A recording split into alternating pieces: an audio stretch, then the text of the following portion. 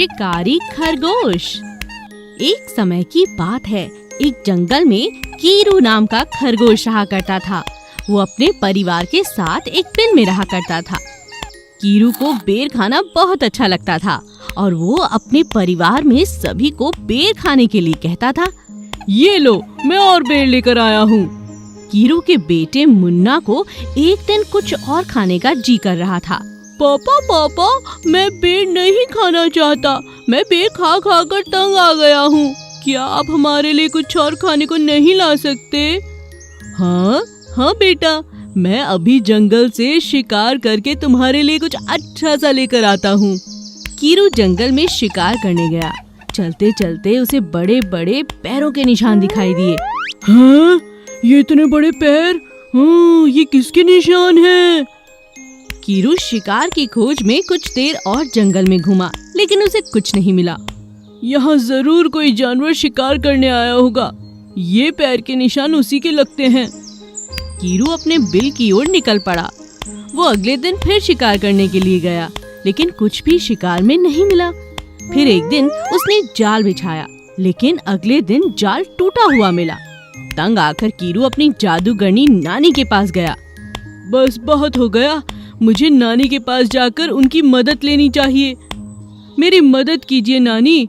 मैंने इतने दिनों से शिकार की खोज की, लेकिन कुछ भी हाथ नहीं लगा। कोई जानवर मिलता ही नहीं। ये मेरे जाल को देखो, ये टूट चुका है और ये हमेशा यूं ही टूट जाया करता है। मैं क्या करूं? मेरे बेटे को बिल्कुल भी बेर पसंद नहीं। वो बेर खा खा कर परेशान हो चुका है। उसका मन है कि वो कुछ और खाए। कीरू की नानी ने अपने जादू से कीरू को एक जादुई जाल बनाकर दिया, जिस जाल को कोई भी यूं ही तोड़ नहीं सकता। कीरू खुशी खुशी वो जादुई जाल लेकर चला गया। अगले दिन जाल बिछाने के बाद उसे कुछ वहाँ पर चमकता हुआ दिखाई दिया। जादुई जाल के पास आकर उसने देखा कि उसमें तो सूरज फंसा हुआ था। मुझे जाल से निकालो, निकालो मुझे जाल से। अगर तुमने मुझे नहीं छोड़ा तो हमेशा के लिए अंधेरा छा जाएगा। कीरू ने जल्दी से जाल खोला और सूरज को बाहर निकाला। सूरज ने गुस्से में कीरू को लात मार दी और चोट लग गई कीरू को। ओ, मुझे माफ करो, इस तरह का शिकार अब कभी नहीं करूँगा। मैंने सोचा था कि मेरे जादुई जाल में कोई और शिकार फंसेगा। तुम्हारी तो मैंने कल्पना भी नहीं की थी। मुझे माफ करो। उसके बाद कीरू ने बड़े बड़े फल तोड़े और अपने बेटे को जाकर खिला दिए। लो बेटा, बहुत सोचा तुम्हें क्या खिलाऊं। अब शिकार नहीं हो सकता। मैं तुम्हारे लिए और अलग अलग तरह के फल लाया हूँ, तुम इन्हें खा सकते हो। शुक्रिया पापा। एक घने जंगल में दो कछुए रहते थे। उनमें से मादा कछुआ गर्भवती थी, इसीलिए वह दोनों अपने अंडों को एक जगह सुरक्षित रखने के लिए नदी के उस पार जाने के लिए सोचते हैं। हम हमारे अंडों को यहाँ पर नहीं रख सकते हैं, क्योंकि यहाँ पर तो बहुत सारे जंगली जानवर हैं और सांप भी है। कोई भी आकर हमारे बच्चों को खा सकते हैं। इसीलिए हम नदी के उस पार एक टापू में हमारे अंडों को रखेंगे। ऐसा निश्चय करके नदी पार करके टापू में जाकर सारे अंडों को एक सुरक्षित जगह रखकर फिर वापस आने के लिए नदी में निकल पड़े। लेकिन अचानक वहां पर एक मगरमच्छ आ जाता है और दोनों कछुओं को खाने के लिए नदी में उनका पीछा करता है। पर कछुए किसी भी तरह बचकर उस तरफ पहुंच जाते हैं। तभी मगरमच्छ ने बोला, अच्छा, आज आप तो बच गए, लेकिन फिर से आप दोनों को आपके बच्चों के लिए यहीं से गुजरना पड़ेगा। तब देख लूंगा। हा हा हा हा हा। दोनों कछुए कांपते कांपते वहां से निकल जाते हैं। आखिर वह दिन आ ही गया जब दोनों कछुओं को बच्चों के लिए जाना था और उनको उस मगरमच्छ की बातें याद आते हैं। उनको मालूम नहीं हुआ कि क्या करें। तभी एक मछुआरे को जंगल से जाते हुए वहां पर देखते हैं और उससे पूछते हैं, आपको रोकने के लिए क्षमा कीजिए, हम एक संकट में हैं। हमारे बच्चे नदी के उस पार एक टापू पर हैं। इसीलिए हमें वहाँ पर जाना है। लेकिन नदी में एक भयानक मगरमच्छ भी है, वह हमको देखेगी तो हमें खा जाएगी। आप हमें किसी भी तरह मदद कर सकते हैं क्या? ओहो, बात ऐसा है क्या? तो मैं आपको मदद कर सकता हूँ। मेरे पास एक छोटा सा नाव है, मैं आपको उसी में नदी के उस पार लेके जा सकता हूँ, ठीक है? धन्यवाद, बहुत शुक्रिया। ये सब मगरमच्छ नदी में रहकर देख लेता है। तो वह दोनों कछुए उस नाव में इस नदी को पार करेंगे क्या? मैं भी देखता हूँ, जाकर उस नाव को टुकड़े टुकड़े कर दूंगा।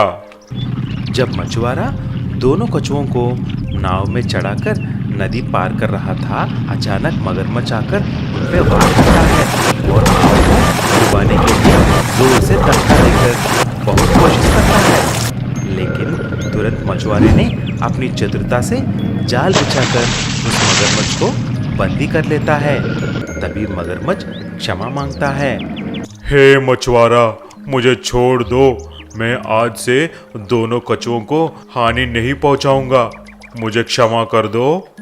ऐसा बोलते ही मछुआरा उसको रिहा कर देता है और कछुओं को नदी के उस पार छोड़ देता है।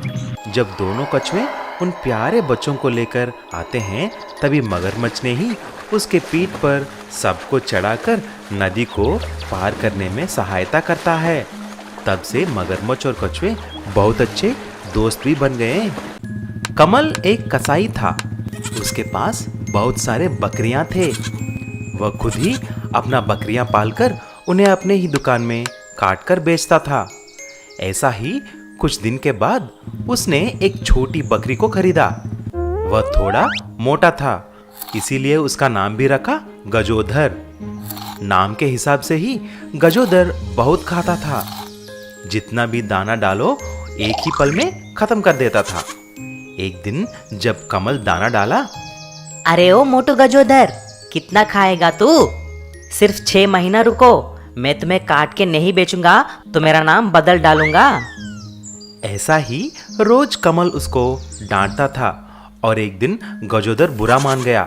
जब कमल कुछ काम कर रहा था, तभी गजोधर ने पीछे से कमल को अपने सींग से बहुत जोर से धक्का मारा। कमल हवा में उड़ते हुए आगे जाकर गिरा। क्यों रे नालायक बकरी, जो खाना दे रहा है तुम्हें उसी को मारा है? देखो अभी मैं तुम्हारा क्या हाल करता हूँ। ऐसा बोलकर उसने उस बकरी को अपने घर के सामने एक पेड़ से बांध देता है। उसी गांव का रहने वाला एक साइंटिस्ट था जिसका नाम था न्यूटन। न्यूटन जब भी देखो कुछ न कुछ एक्सपेरिमेंट करता था। एक दिन जब वह अपने घर में कुछ एक्सपेरिमेंट कर रहा था, हुर्रे, मुझे अभी एक विशाल जाइंट आदमी बनने का वक्त आ गया है। उसके लिए दवाई बना ली है मैंने, लेकिन पहले में ये दवाई किसी जानवर पे प्रयोग करना है। ऐसा सोचकर वह मार्केट में आता है तो वहां पर गजोधर को एक पेड़ के यहाँ देखता है और कमल के पास जाकर उसे खरीदने के लिए पूछता है। अरे न्यूटन भाई, मैं भी इस पल का ही इंतजार कर रहा हूँ कि कौन आकर इसको लेके जाएगा। मैं दे दूंगा तुमको। अच्छा, कितना चाहिए तुम्हें? अरे जितना भी दो काफी है, बस इसे तुम लेके जाओ। ऐसा बोलते ही न्यूटन कमल को कुछ पैसे देकर वहां से गजोधर को लेके चला जाता है। घर जाकर गजोधर को उस दवाई की एक इंजेक्शन लगा देता है, फिर उसे लेकर बाहर छोड़ देता है। देखते ही देखते गजोधर एक जाइंट विशाल बकरी की रूप ले लेता है। तभी वो बोलने भी लगता है। देखो, अब मैं तुम लोगों का क्या हाल कर देता हूँ। तुम इंसान हमें ही पालकर फिर काट के खा जाते हो। हम बकरियों को उल्लू बना रहे हो ना। ऐसा बोलकर गजोधर सारा मार्केट में दुकानों को और घरों को तोड़ने लगता है। जो भी उसके बीच में आता है तो उसको भी अपने सींग से उठाकर फेंक देता था। फिर सारे गांव के लोग न्यूटन को कुछ करने के लिए बोलते हैं, लेकिन इतने में पुलिस वहां पर आ जाती है। फिर पुलिस उस जेंट बकरी को एक बड़े ट्रक के पीछे चढ़ाकर बांध देते हैं। क्यों रे न्यूटन, तुम कुछ एक्सपेरिमेंट किए बिना नहीं रह सकते क्या?